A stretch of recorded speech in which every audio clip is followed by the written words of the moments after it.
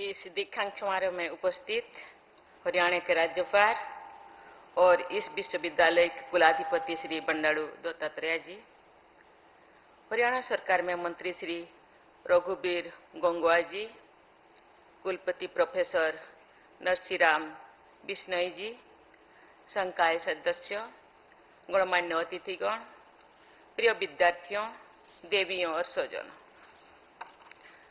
गुरु जम्बेश्वर विज्ञान एवं प्रौद्योगिकी विश्वविद्यालय के इस दीक्षांत समारोह में आप सबके बीच उपस्थित होकर मुझे हार्दिक प्रसन्नता हो रही है।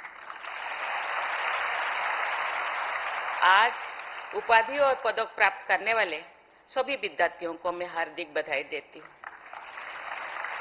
आपकी ये उपलब्धि न केवल आपके लिए बल्कि आपके परिवार, आपके अध्यापकगण और इस विश्वविद्यालय के लिए भी गौरव की विषय है। मुझे ये जानकर अत्यंत प्रसन्नता हुई है कि आज पीएचडी की उपाधि प्राप्त करने वाली विद्यार्थियों में बेटियों की संख्या 60% से अधिक है। साथ ही पदक प्राप्त करने वाली विद्यार्थियों में भी बेटियों की संख्या लगभग 75% है। ये हम सबके लिए अत्यंत हर्ष और गौरव की बात का विषय है। इस उपलब्धि के लिए मैं सभी बेटियों और उनके परिवारजनों तथा शिक्षकों की बहुत बहुत सराहना करती हूँ। ये हरियाणा की ही नहीं बल्कि हमारे देश के विकास और समाज में महिलाओं की बढ़ती भूमिका का प्रमाण है। देवियों और स्वजनों, गुरु जम्बेश्वर जी जिनके सम्मान में इस विश्वविद्यालय का नाम रखा गया है, वो एक महान संत और दार्शनिक थे। वे वैज्ञानिक सोच, नैतिक जीवन शैली और पर्यावरण संरक्षण के समर्थक थे। मैं उनकी स्मृति में सादर नमन करती हूँ। उनका मानना था कि प्रकृति की रक्षा करना, सभी जीवों के प्रति करुणा और दया का भाव रखना तथा उन्हें संरक्षण प्रदान करना मानव का नैतिक दायित्व है। आज जब हम पर्यावरण संबंधी समस्याओं का समाधान खोजने की कोशिश कर रहे हैं, तो अब गुरु जम्बेश्वर जी की शिक्षाएं बहुत ही प्रासंगिक है।